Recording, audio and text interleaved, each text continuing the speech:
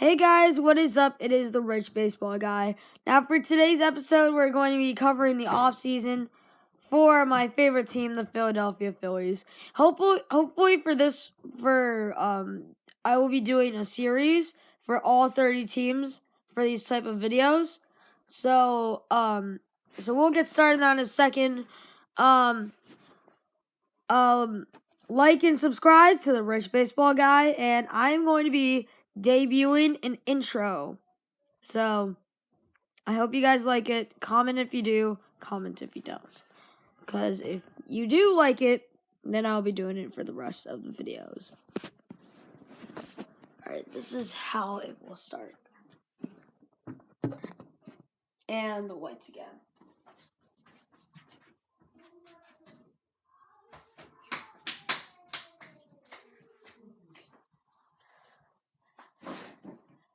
There comes a day when all you see is Philly teams losing, and it's always Philly. But then you go on YouTube and find this really special guy. Hi, it's the Rich Baseball Guy. Every time we see you, we're always glad to meet you. Win, loss, or tie, it's a Rich Baseball Guy. Nah, nah, nah, nah. And when we're doing vids, we even talk to you. If it's about baseball, it's the Rich Baseball Guy. Woo!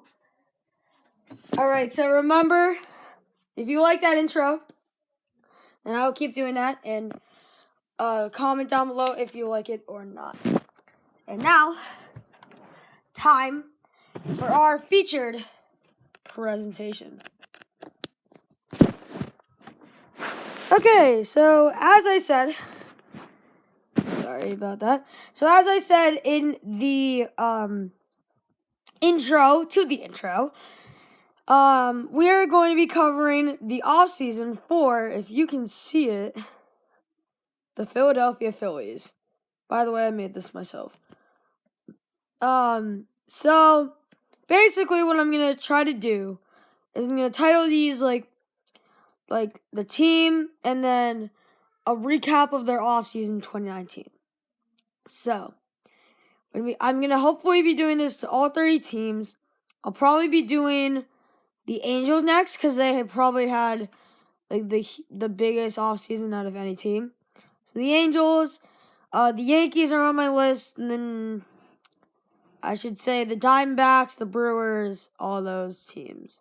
The Diamondbacks especially because of the Bumgarner signing and the Texas Rangers as well for the Kluber trade. So anyway, here are the Philadelphia Phillies. We're going to be talking about two big moves today.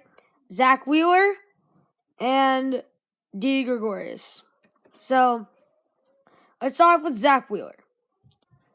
Zach Wheeler is a starting pitcher. His last team that he played for is the New York Mets, and he's played for the Mets for about his entire career.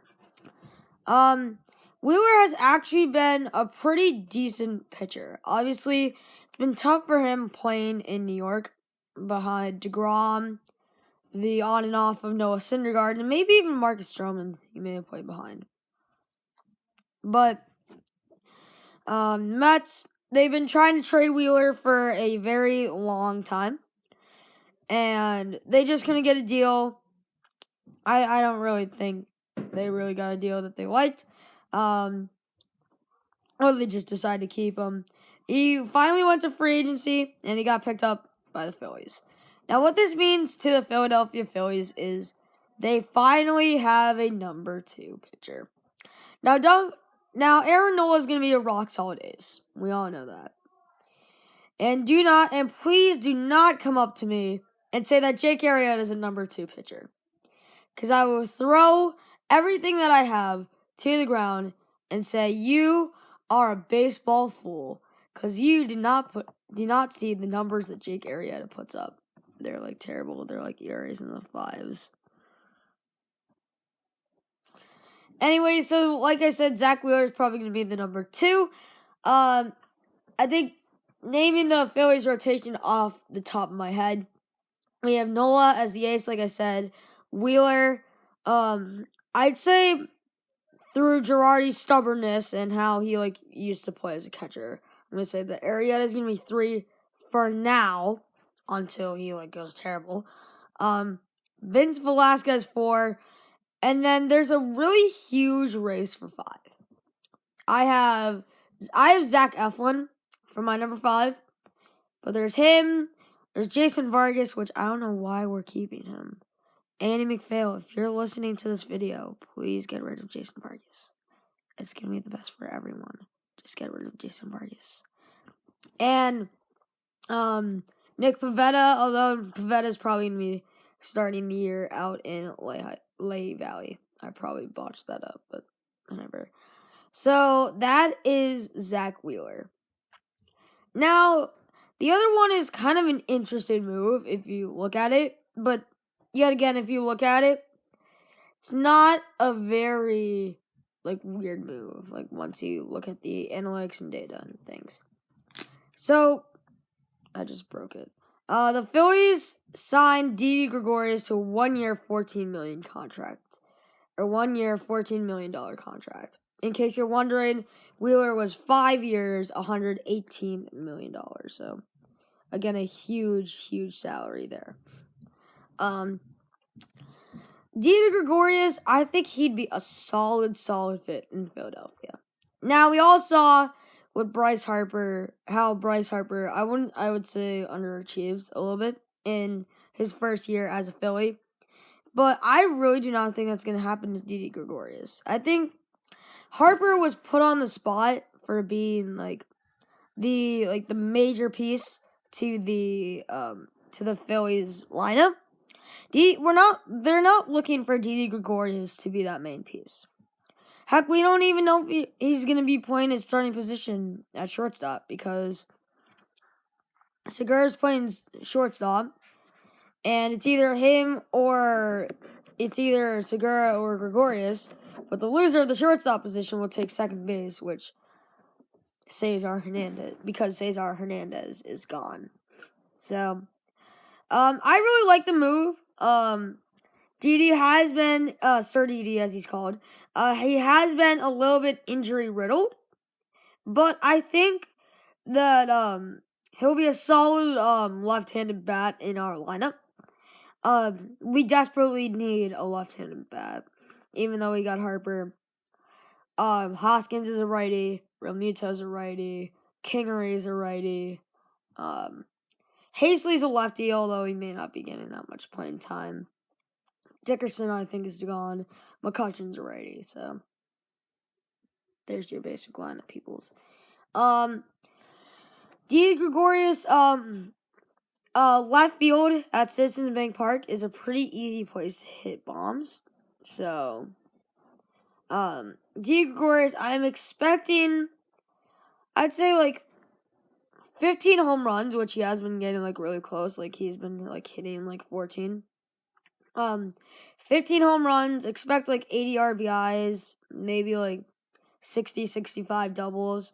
Not really that huge of numbers, maybe somewhere near 750 to 800 OPS. Not really the biggest of numbers, but it will be a huge and vital piece to our lineup. I forgot to do this with Wheeler again, but let me go over Wheeler's expectations. I think that Wheeler's going to be getting about, crunch the numbers here a little bit, 20 to 25 starts. He's going to be getting regular amounts of starts. He's going to be getting starts left and right, as long as he doesn't get injured. If he's healthy, he'll be getting 20 starts, 25 starts.